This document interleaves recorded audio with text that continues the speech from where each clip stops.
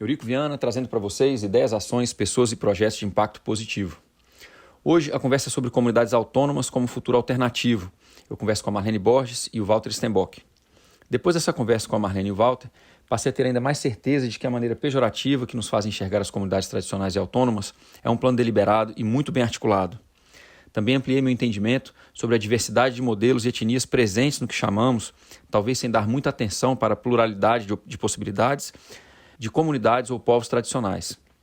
A comunidade açoriana, que vive há mais de 200 anos nos areais da Ribanceira, em Imbituba, Santa Catarina, é um modelo de comunidade tradicional, autônoma e resiliente, que mostra como uma vida boa e digna pode e deve estar a serviço do ecossistema onde ela se viabiliza. A Marlene compartilha como uma vida comunal é um modelo possível para um futuro mais justo e integrado com a ecologia.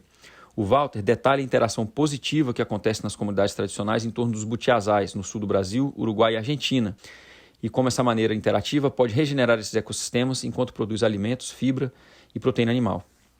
A relação de dádiva possibilita a posse comunitária do território e alimenta a todos. O escambo embasado pelas casas de farinha, produtos de butiá e pesca permite que a diversidade de produtos e a independência da economia tradicional esteja a serviço do ecossistema além das pessoas que ali habitam.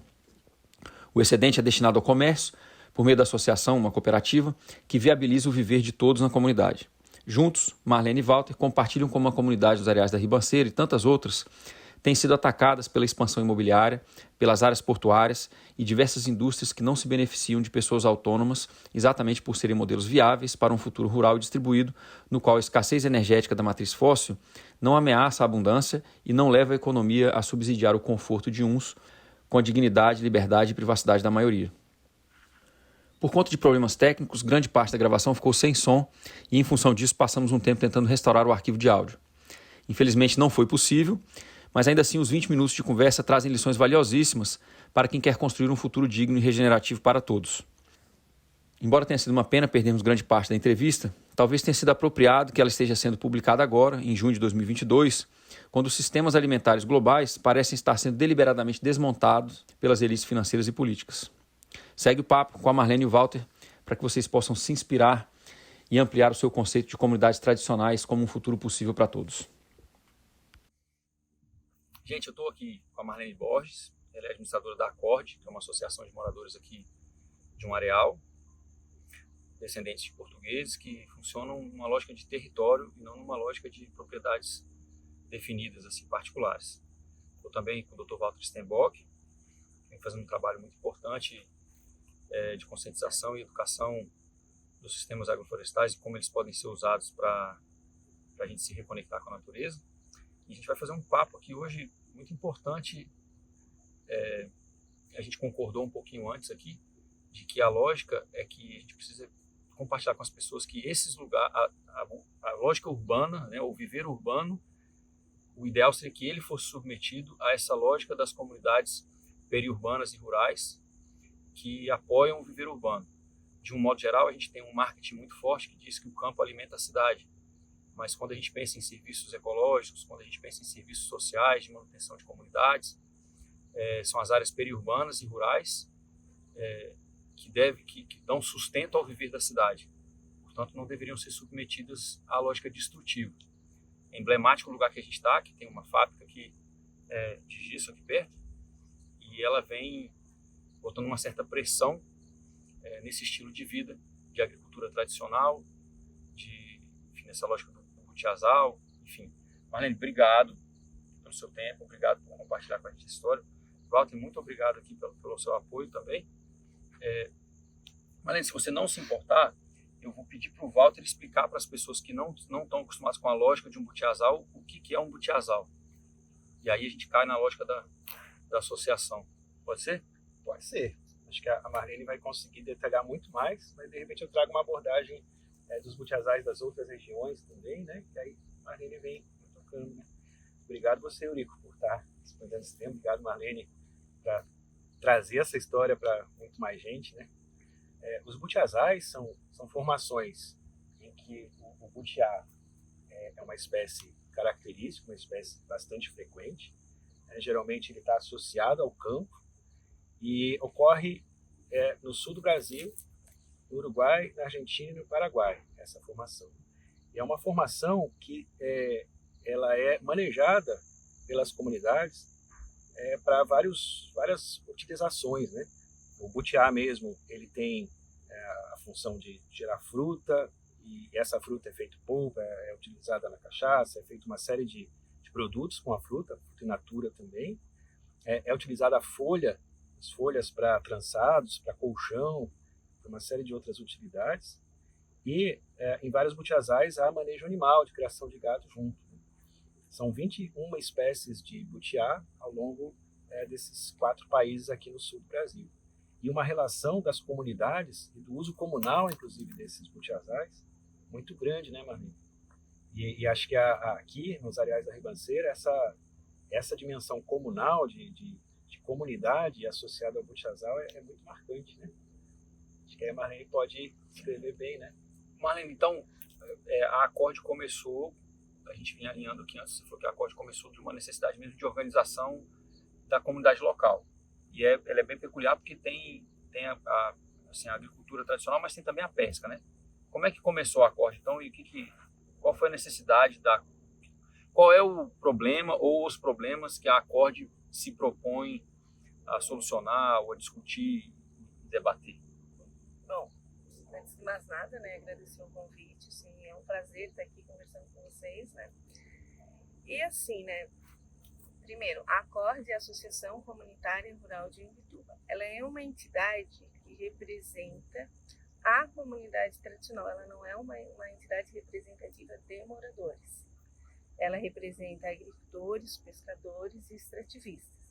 Entretanto, ela é composta, né, por ser uma associação, por outras pessoas que detêm outros conhecimentos, como advogados, enfim, como professores, que querem se juntar a esse movimento que começou pela defesa desse território, que é um território de uso comum, onde não existe o dono da terra, mas todos somos donos deste espaço.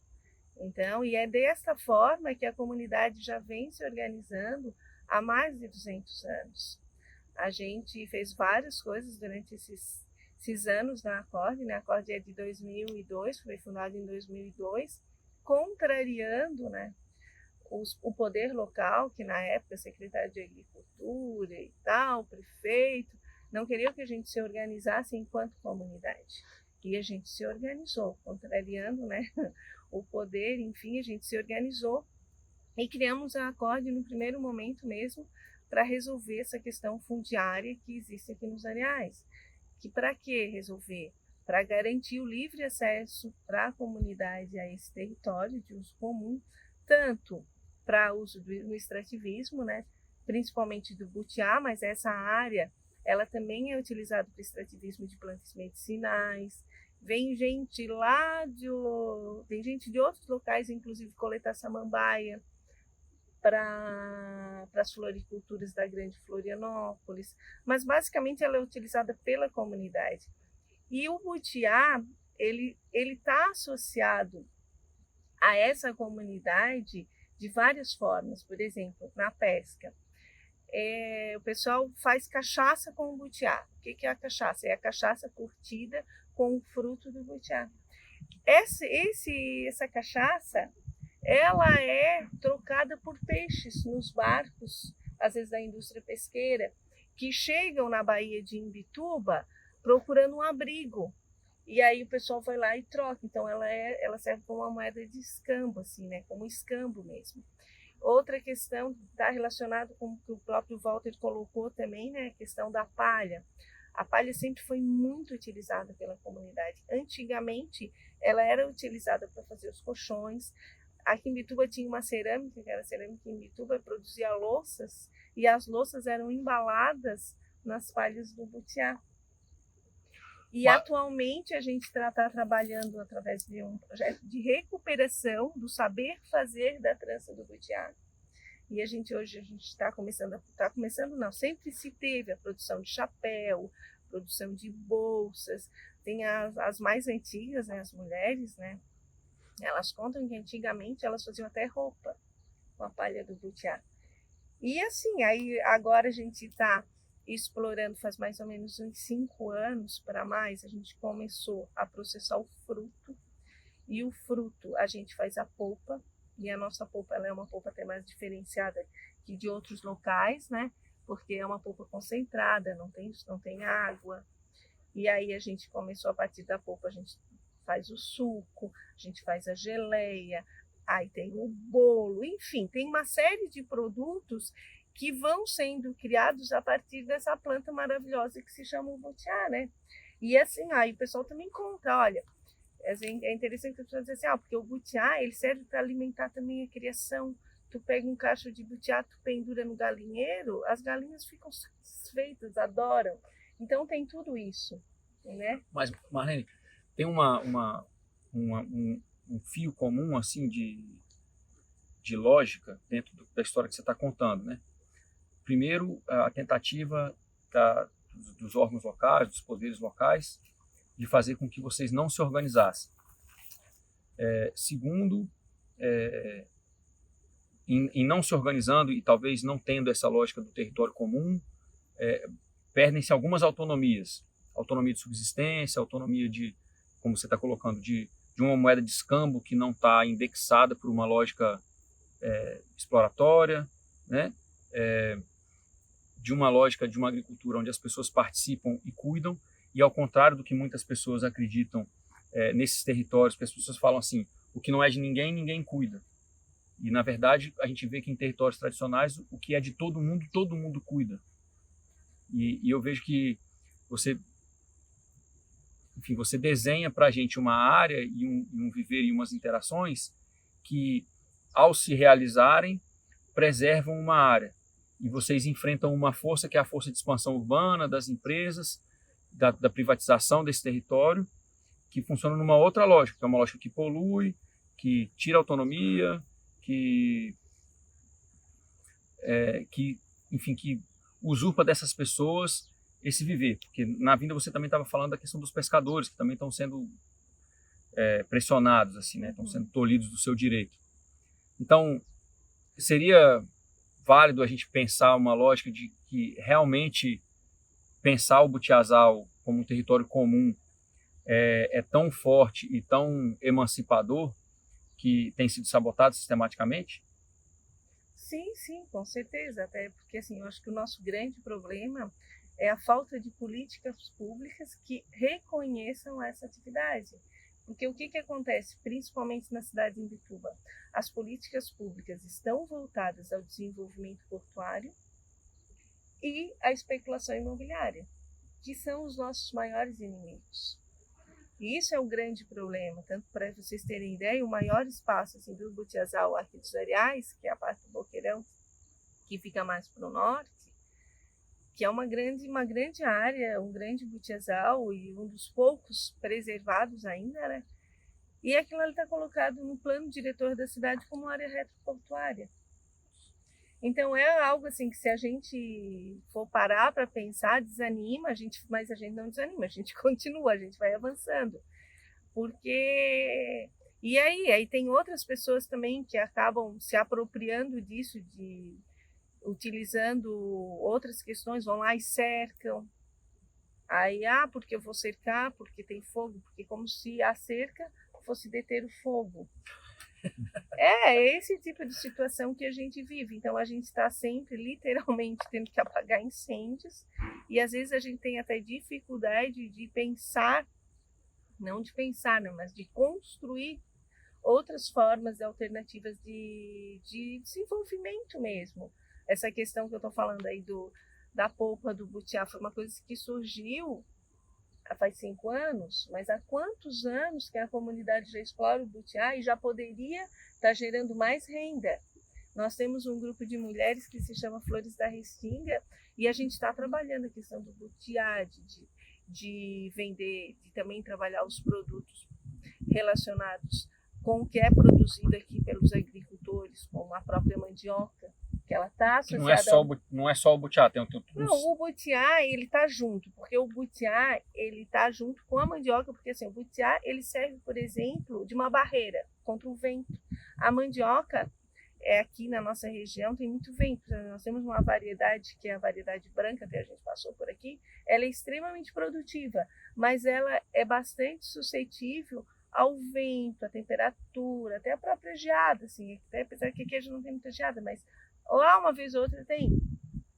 Então o butiá por si só, mas principalmente a questão do vento, ele funciona como uma barreira mecânica contra o vento. Então é fantástico isso, né? É como se fosse quase que uma agrofloresta. Isso que eu ia perguntar, tem umas acoplagens aí, né, Walter? Então, Maria, é interessante essa perspectiva da paisagem butiazal, né? Em que você está colocando, conhecimento tradicional, de comunidade tradicional. Eu queria chamar a atenção, nós estamos a poucos quilômetros ao sul de Florianópolis, a capital de Santa Catarina. Muita gente pensa que a comunidade tradicional é só mais para o interior, né? Nós estamos falando de comunidades aqui que atuam há centenas de anos, com manejo de várias espécies dentro do butiazal.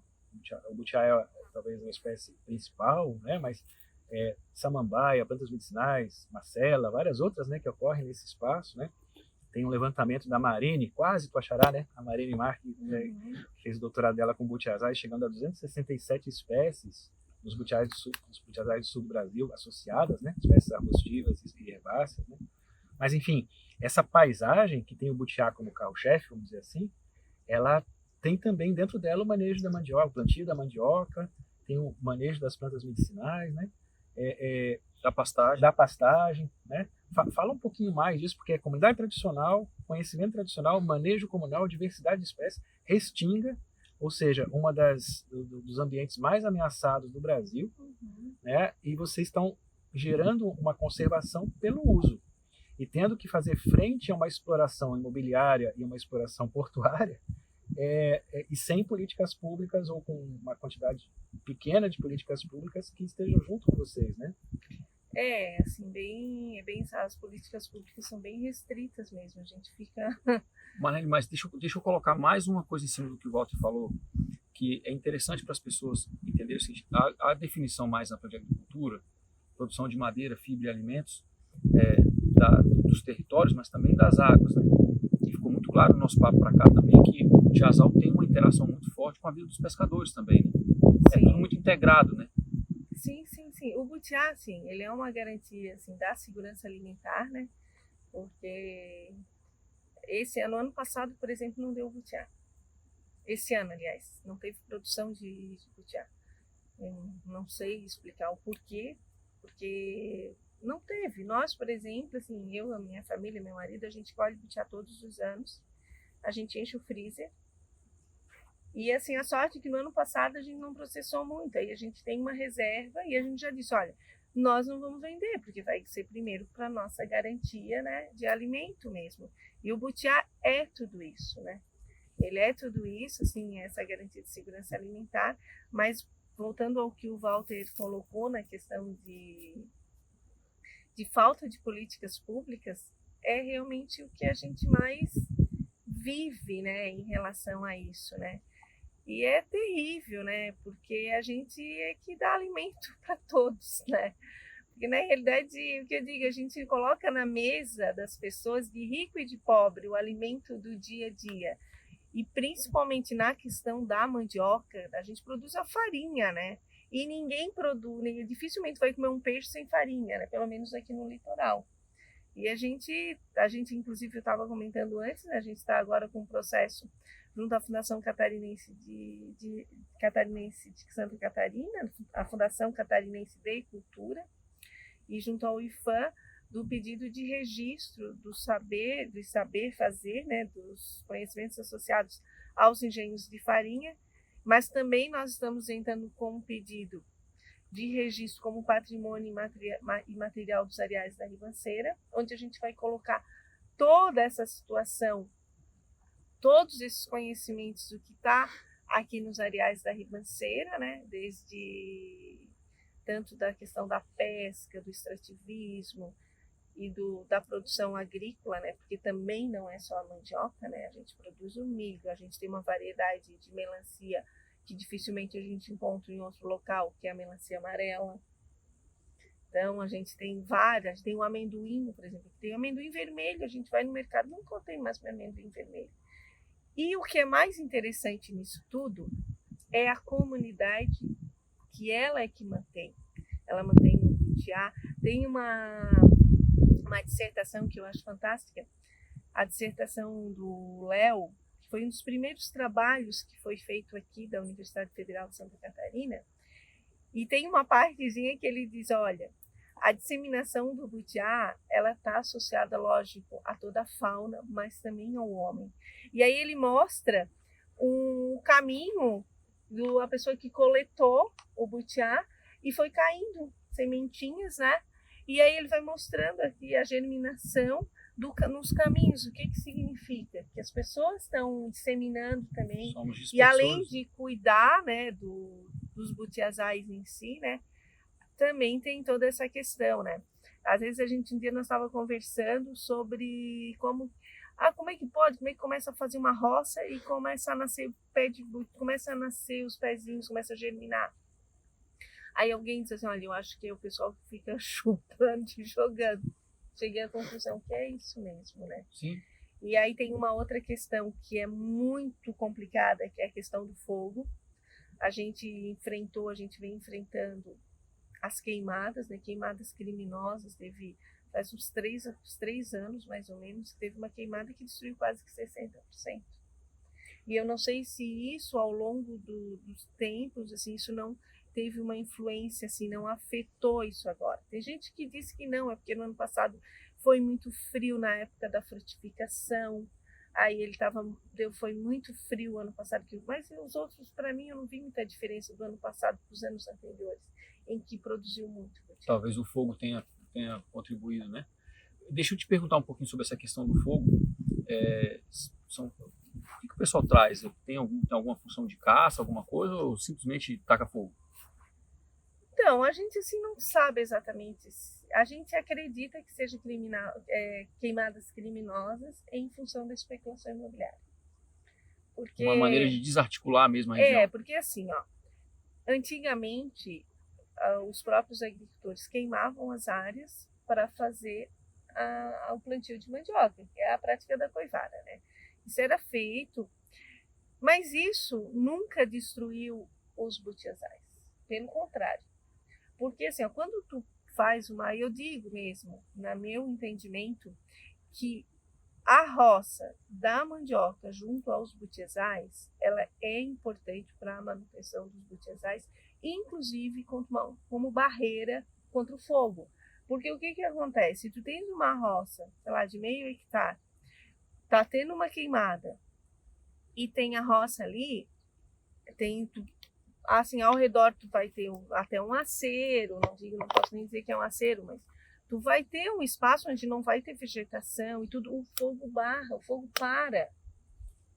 Sim. Agora, quando tu não tens essa barreira, quando tu não tens esse espaço onde vai ficar incontrolável.